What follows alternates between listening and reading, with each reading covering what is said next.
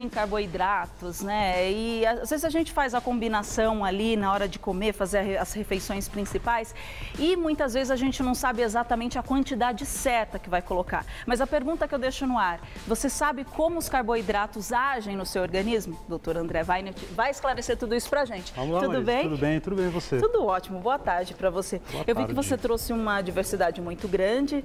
Ali aqueles bem doces que acabam acumulando muito no nosso organismo e é difícil de gastar, né? Porque é muito alta a caloria. Dependendo da pessoa, é muito difícil de gastar. Dependendo da atividade física, até atletas de ponta, a gente indica, metabolismo, não tem problema nenhum, né? Mas é muito importante saber, a gente entender que os carboidratos são importantíssimos. E eles estão praticamente em todos os alimentos, né? Tirando as carnes, o ovo, até no leite a gente tem carboidrato, né? Que é a famosa lactose, que é o carboidrato do leite. Mas de uma maneira geral, a grande maioria dos alimentos, eles possuem uma certa quantidade de carboidrato. Alguns mais, outros menos, com uma melhor qualidade, com uma qualidade não tão boa assim. Por conta da industrialização que acaba mudando os componentes, né? Altera né, o componente. E tudo vai depender também do estilo de vida da pessoa, né? Porque também o sedentarismo, pessoa muito sedentária, pessoa que não tem uma vida muito mais regrada, tem um metabolismo às vezes um metabolismo menor, o excesso de carboidrato, às vezes, que ela não consuma tanto quanto uma pessoa ativa, mas para ela já é um excesso, então já vai trazer alguns problemas.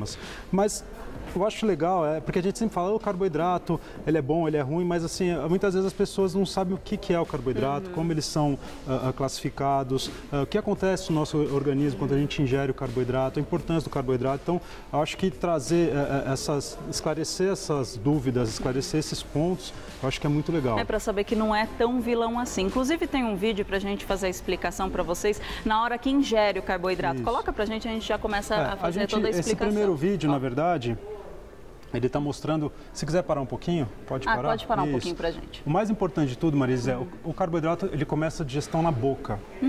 Na boca? Isso. Né? Então, a gente tem algumas glândulas que liberam uma substância chamada amilase salivar. Então, quando a gente ingere o carboidrato, né, os carboidratos mais complexos, depois nós vamos acabar falando um pouquinho mais, deles, que são as cadeias maiores, eles entram na boca. Quando a gente começa a mastigação e libera essa enzima chamada amilase salivar, pode soltar o vídeo, começa a digestão desses carboidratos. Então, pode parar, começa aqui a quebrar. Ó, você tá vendo? Pode parar um pouquinho, por favor. Ele desmembra Então, todo. ele começa a desmembrar. Então, a digestão começa na boca do carboidrato. Ela não começa no estômago, não começa no intestino, começa na boca. Isso eu realmente Por isso não sabia. que é importante a mastigação, por isso que é importante mastigar os alimentos, triturar os alimentos. E por isso que muitas vezes, quando a gente está consumindo um alimento, um carboidrato, muda até um pouquinho o paladar desse alimento.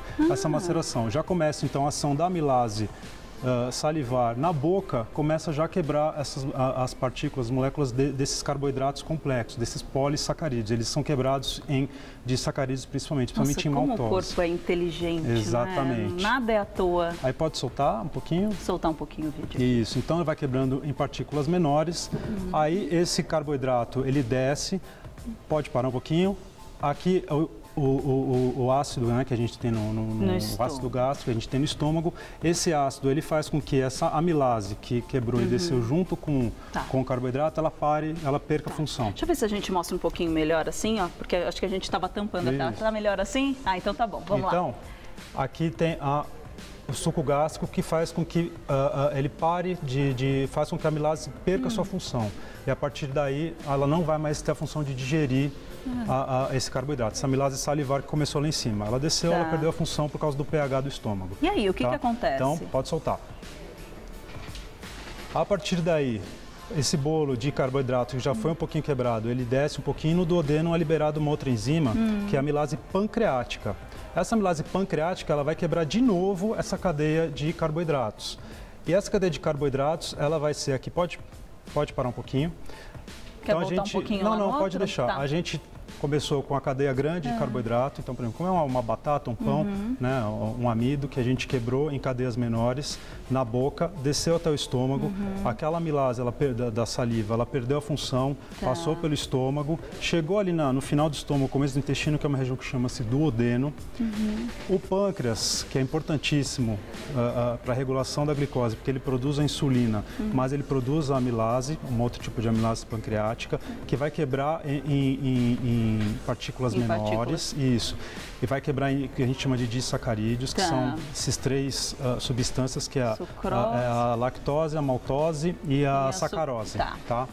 Aí, no nosso intestino, vão ter pode soltar um pouquinho, vão ter três enzimas que a gente chama, que é a lactase, a sacarase e a maltase, que vão quebrar, pode parar, que vão quebrar o carboidrato em carboidratos simples. Então a gente começou a comer os carboidratos complexos, que são os carboidratos maiores, que foi digerido e quebrado em carboidratos menores. Nossa, olha o processo, Exatamente. Eu nunca imaginava. Eu imaginei que era só uma fonte de energia única exclusivamente. Não. Pelo que ele está explicando aqui pra gente... Ainda não virou fonte de energia. Ainda não. Vai chegar. É que o que eu li, eu só achava que era justamente ainda não isso. Virou. Tem todo um processo para virar. Todo um processo para virar fonte de energia. Por isso que ele é tão importante. Por isso que às vezes é interessante entender como que funciona o nosso organismo. Então, a gente comeu um carboidrato complexo, carboidrato que é uma cadeia longa, né, que foi quebrada na boca, aí chegou no nosso estômago. Essa enzima perdeu ação, passou pelo ácido, pelo suco gástrico, passou pelo estômago, chegou no final do estômago, começo do intestino, região do duodeno. Foi liberada uma outra enzima que quebrou em partículas menores, que eram várias moléculas, quebrou praticamente em duas, em disacarídeos que a gente chama. E aí, no nosso intestino, por ação de enzimas, enzimas são substâncias que quebram, que agem em cadeias, esse carboidrato é quebrado em monossacarídeos, que a gente chama, que são essas partículas únicas, que são os mais simples. Eu vou fazer o seguinte, está muito interessante o nosso papo. Daqui a pouquinho eu volto, que eu sei que tem muito mais para a gente falar. A gente vai mostrar os carboidratos bons e ruins e o porquê em excesso e sem nada no seu organismo, nenhum carboidrato, por que faz mal. Tudo que é demais faz mal, né? Daqui a pouquinho eu volto, mas em carboidratos, né? E às vezes a gente faz a combinação ali na hora de comer, fazer as refeições principais e muitas vezes a gente não sabe exatamente a quantidade certa que vai colocar. Mas a pergunta que eu deixo no ar, você sabe como os carboidratos agem no seu organismo? Doutor André Weinert vai esclarecer tudo isso pra gente. Vamos lá, tudo bem? Tudo bem, você? Tudo ótimo, boa tarde para você. Eu vi que você trouxe uma diversidade muito grande. Ali aqueles bem doces que acabam acumulando muito no nosso organismo e é difícil de gastar, né? Porque é muito alta a caloria. Dependendo da pessoa, é muito difícil de gastar. Dependendo da atividade física, até atletas de ponta, a gente indica, metabolismo, não tem problema nenhum, né? Mas é muito importante saber, a gente entender que os carboidratos são importantíssimos. E eles estão praticamente em todos os alimentos, né? Tirando as carnes, o ovo. Até no leite a gente tem carboidrato, né? Que é a famosa lactose, que é o carboidrato do leite. Mas de uma maneira geral, a grande maioria dos alimentos, eles possuem uma certa quantidade de carboidrato. Alguns mais, outros menos, com uma melhor qualidade, com uma qualidade não tão boa por assim. Por conta da industrialização que acaba mudando os componentes, né? Altera né, o componente. E tudo vai depender também do estilo de vida da pessoa, né? Porque também o sedentarismo, pessoa muito sedentária, pessoa que não tem uma vida muito mais regrada. Você tem um metabolismo às vezes um metabolismo menor, o excesso de carboidrato, às vezes, que ela não consuma tanto quanto uma pessoa ativa, mas para ela já é um excesso, então já vai trazer alguns problemas.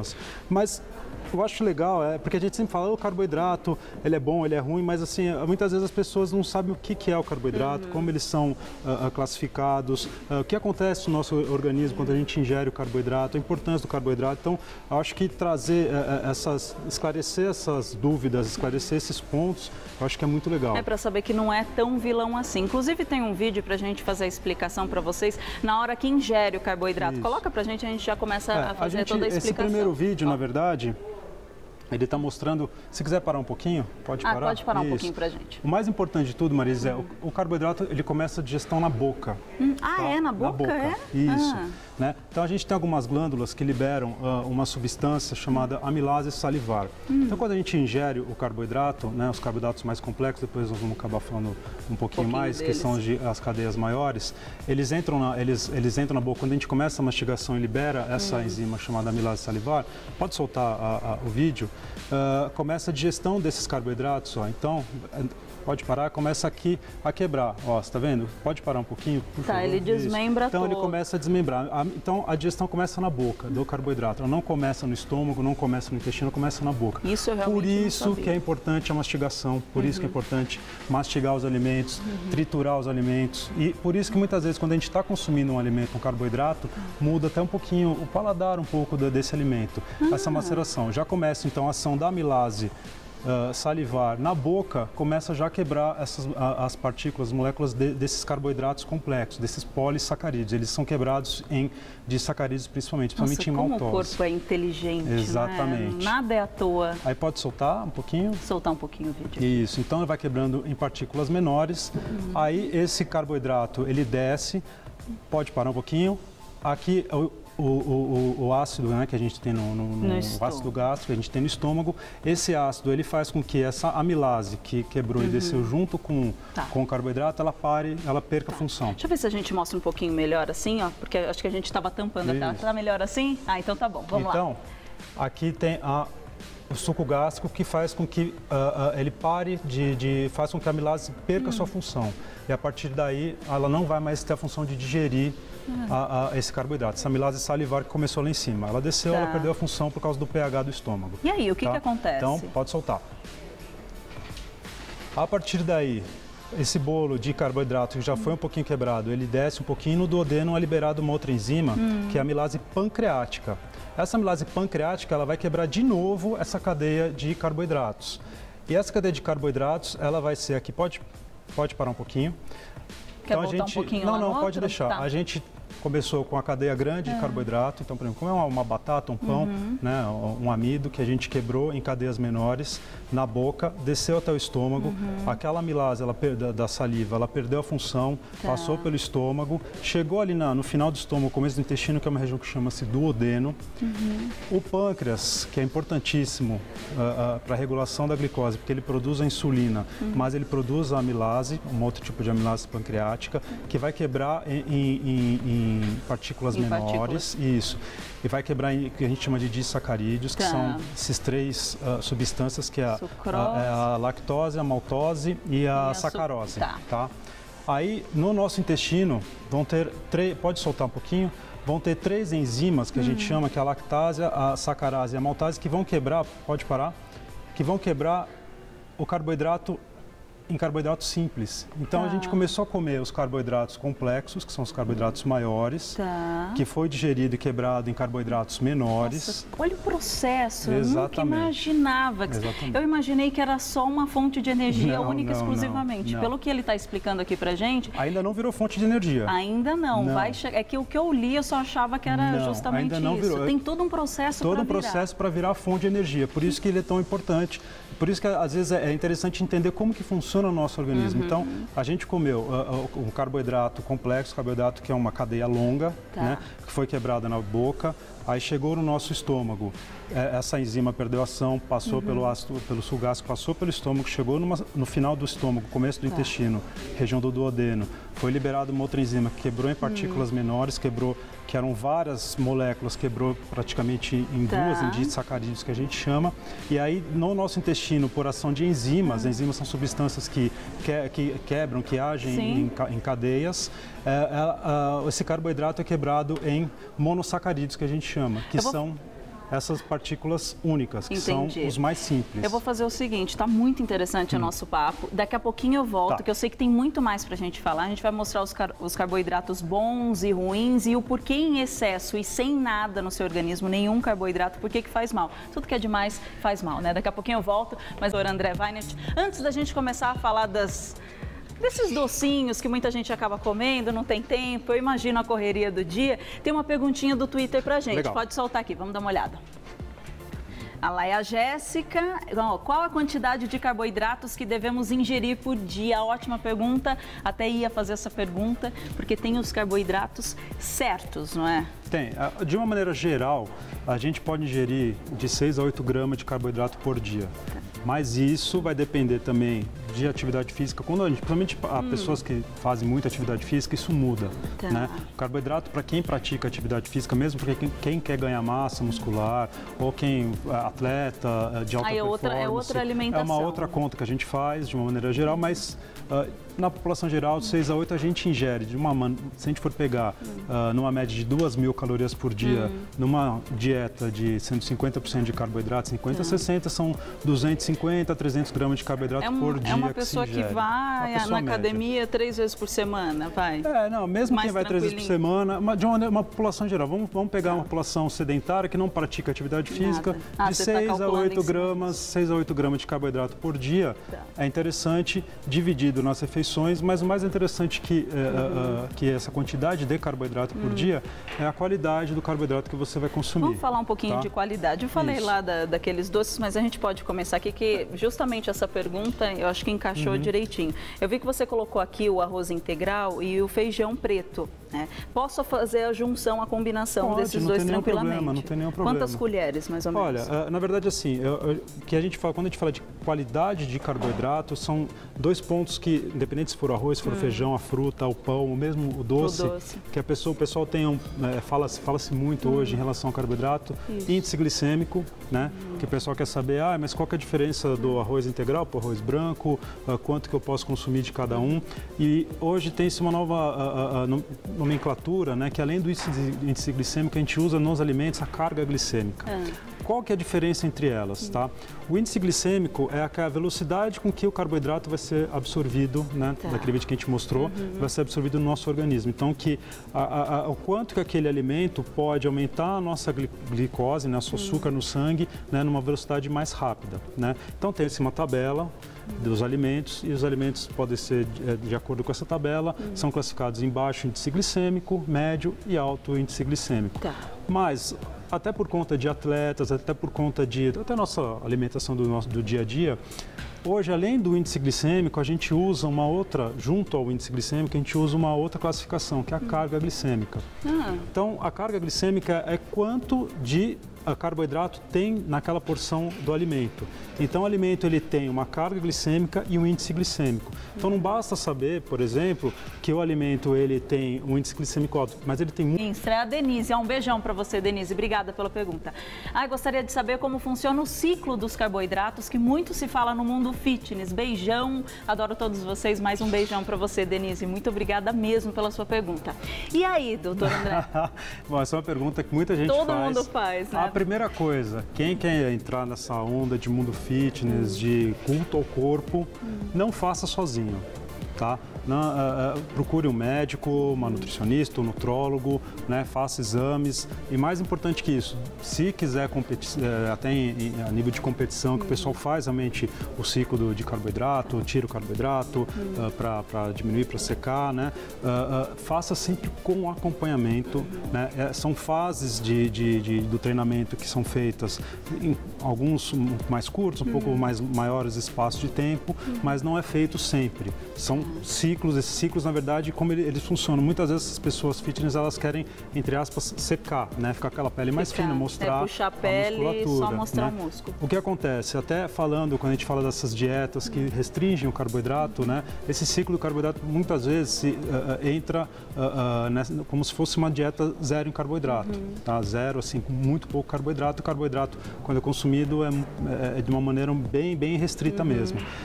O que acontece é o seguinte, quando a glicose ela entra na célula muscular, ela puxa junto água. Né? Então, da mesma maneira, quando o nosso corpo, dentro do músculo, um dos tipos de carboidrato, que é o glicogênio, ele é armazenado tanto no nosso fígado quanto na nossa musculatura. Então, a gente tem reserva de carboidrato no nosso músculo. Então, quando a gente deixa de consumir o carboidrato, a primeira coisa que o nosso corpo vai fazer é utilizar as nossas reservas. E uma dessas reservas é o glicogênio. Esse glicogênio vai ser utilizado. Tá? Então, quando o glicogênio sai da célula, também ele leva essa água junto. Então, por isso que muitas vezes, nessas dietas de restrição de carboidrato, a pessoa no começo perde muito peso.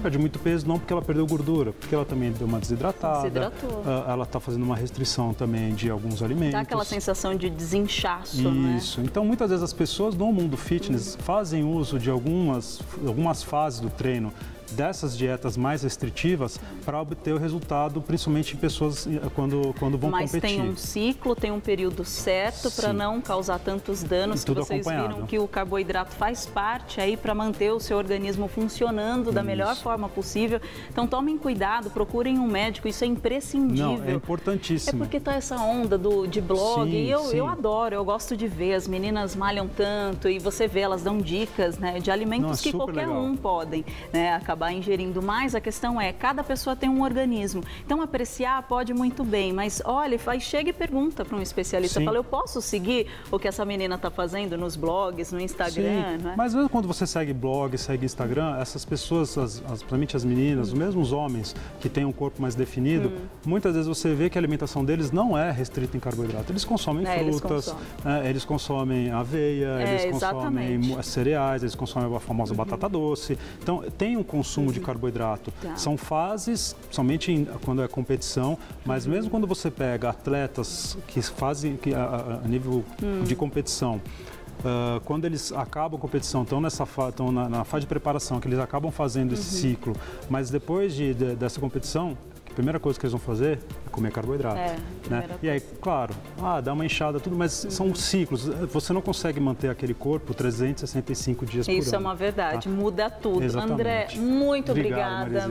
Por mim eu ficaria horas, mas o tempo corre. Deixa eu passar aqui o site, né? É Nutrologia e Saúde, nutrologiaesaude.com, e o Instagram é André_Nutrólogo. André_Nutrólogo, esse é o Instagram, vou te seguir lá. Vou dar um beijo aqui. Obrigada, viu? Tchau, Marisa, obrigado. Então, sempre procurar um especialista, que tudo dá certo no final. É melhor se